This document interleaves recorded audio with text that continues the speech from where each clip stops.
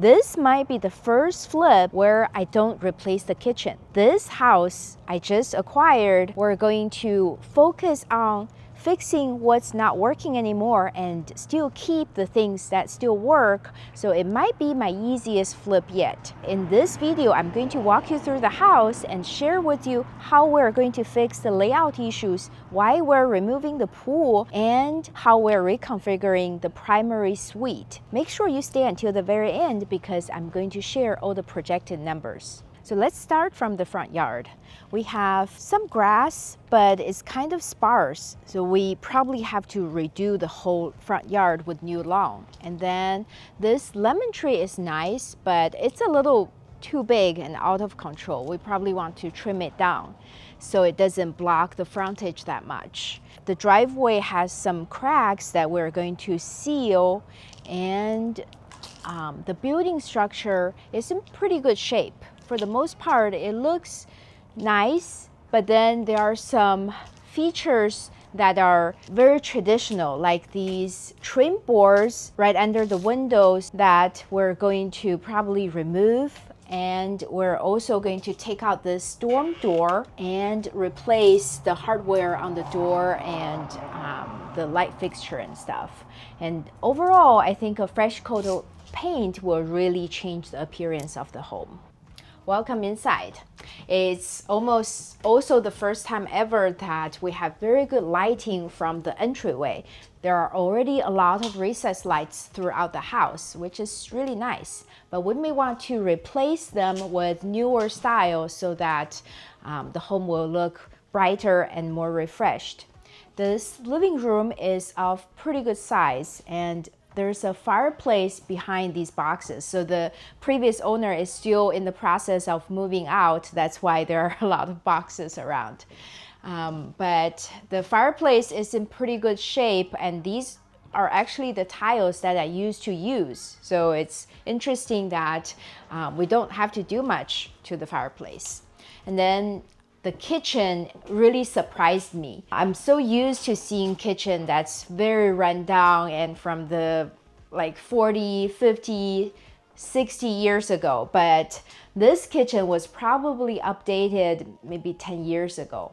And these are shaker cabinets that I still sometimes use. And then it's already two-toned, like white on the upper and dark navy color on the bottom. All the appliances are already stainless steel. And there is a farmhouse sink that a lot of people really like. So when I came in here, I was like, oh my gosh, this looks like a house that's already flipped. But well, I think we're going to save a lot of money on this kitchen, but there are some things that I don't like in the kitchen. For example, this backsplash. It looks a little busy and the tiles are kind of out of style. So we are thinking about replacing the backsplash. And then we may also have to repaint the cabinets because there's some wear and tear. And potentially we could also replace the drawer handles so that we can use like different colors, like maybe black finish, to make it really pop. Where would you get the new tiles for the backsplash? I usually shop at the local specialty store called Bajosians. So they have a ton of tiles to choose from, and they often have stuff go on sale, and I can get good deals for $2-3 a square foot. So like really, if you're shopping for tiles, check them out. This fridge is already a 4-door fridge, which is a pretty expensive style, and I think we're going to keep it. We do want to put some recessed lights in the kitchen though, because right now we don't have enough lights. And the room right off of the kitchen is kind of awkward because it's really small. They are using it right now as a dining room, but I feel like if you pull all the chairs out, you just don't have enough clearance all around to get by. So we thought about putting a French door here so that we convert this to an office space. But then we ran into the issue of where do people eat? So we're thinking about removing this coat closet right by the front entrance here so that we can have this space open and potentially use it as new dining room. On the other side are the bedrooms and bathrooms. Let's go check it out. So here we have our first bedroom. It's of a decent size. It's painted all this baby blue color that we're going to repaint, and we're going to need to replace the closet door that's missing.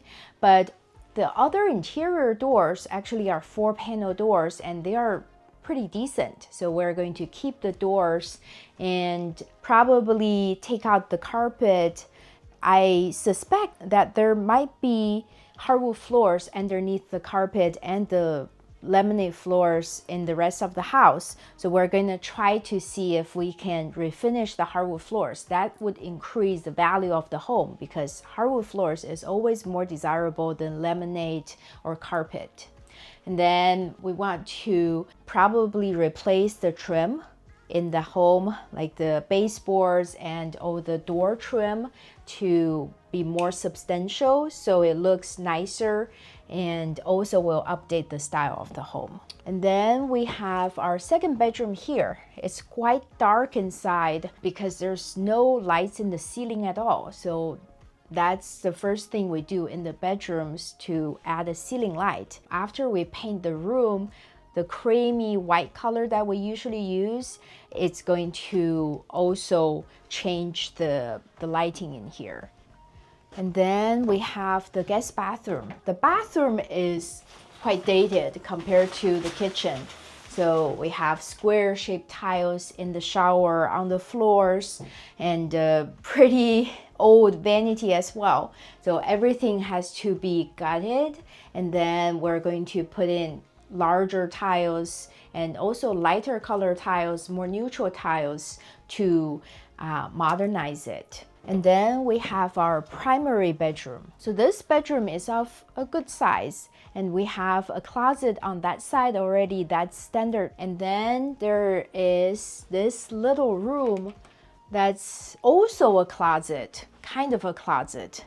If you open this door, there's the standard size closet, but then this space is kind of weird. Like, do you use it as a vanity or do you use it as closet? It's not well defined. And then we have this bathroom here that's fairly small. As a primary bathroom, it's pretty tight. So when I see wasted space like here, I always think about how we can better use this space, because the bathroom is so small. People always want a bigger primary bath. So we want to potentially expand the bathroom a little bit, and then also still keep a decent closet in here, because even though we already have another closet, people usually want 2 closets in the primary bedroom so that 2 people can easily share. So that's the idea, and I hope we have enough space to work with, but we're gonna have to see. From the slider in the living room, we get to the backyard. So there are a few sections in the backyard. We have this area where the concrete is all super uneven, probably because of this tree.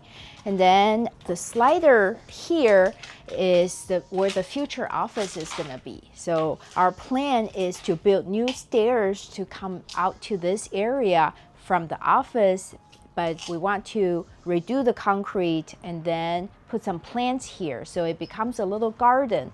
When you walk out from your office, you have something nice to enjoy. The real backyard is actually of a very good size, but it doesn't feel that big because there are a few different areas, like this pool equipment is right in your face in this prime location. And then the back area is not well used. And then there's the pergola that's not really doing much because you can't really block the sun with it, but it also kind of section off the area from the rest of the backyard. And then we have the pool that's also taking up about half of the yard, that's not really enjoyable for the entire year. So the plan is to remove the pool to make it more of a grassy area so that kids and pets can use it all year round. And then because of that, we can also get rid of the pool equipment. It's kind of one stone, two birds. And then You'd think in California you'd keep the pool, but why do you not keep the pool in the Bay Area? so the Bay Area is not that warm. Even in the summer, it's kind of mild.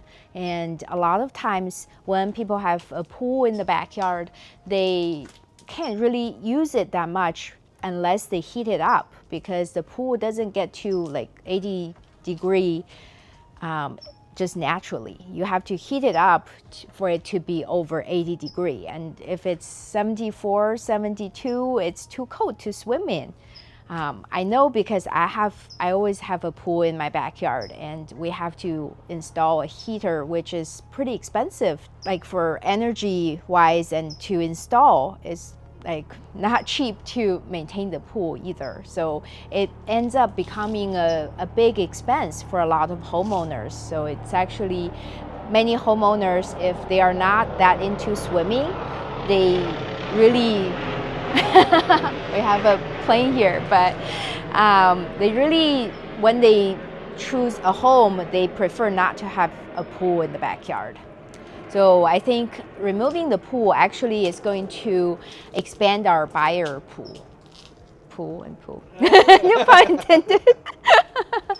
Yeah, so after we remove this pergola, removing the pool, the yard will feel like one entire place. So it's actually gonna, I believe it's gonna look a lot bigger than it is now. Before we get to the numbers, let me tell you how and why I bought this deal. This was brought to me by an agent. It's like 90% of my deals are from real estate agents. And this is a typical deal that's perfect for flipping because it was an inheritance. So a few siblings inherited this house from their deceased parents. And because there are multiple siblings involved, there are 3 in this case. So usually siblings, they don't have a lot of attachment to the home. They don't want the house, but they want money quick. And they don't want to have to put any work into it or have to go through a lengthy sale process. So that's why inheritance is probably the #1 source of deals that I purchase. And I like this house from the beginning because it's in a very nice neighborhood with very good schools. I think the good schools is really important when you decide on whether you want to purchase a flip or not, because when the house is in a good school district, usually there are a lot of buyers who want to buy the house, and you have a good sized buyer pool, and you also can fetch a pretty good resale price. And that's why I feel like this is a good deal. And also it already has pretty updated kitchen, and the house has been kept pretty well over the years. So it's not going to be so expensive to rehab. So the numbers, we purchased this house for $2.2 million, and we plan to put about $150,000, maybe a little less than that, to fix it up. And then we hope to sell it for about $2.8 million. And that would give us a profit of about $250,000. So fingers crossed, everything's gonna work as planned. If you enjoyed this video, make sure to give me a thumbs up and subscribe to the channel. Thank you so much for watching. See you next time.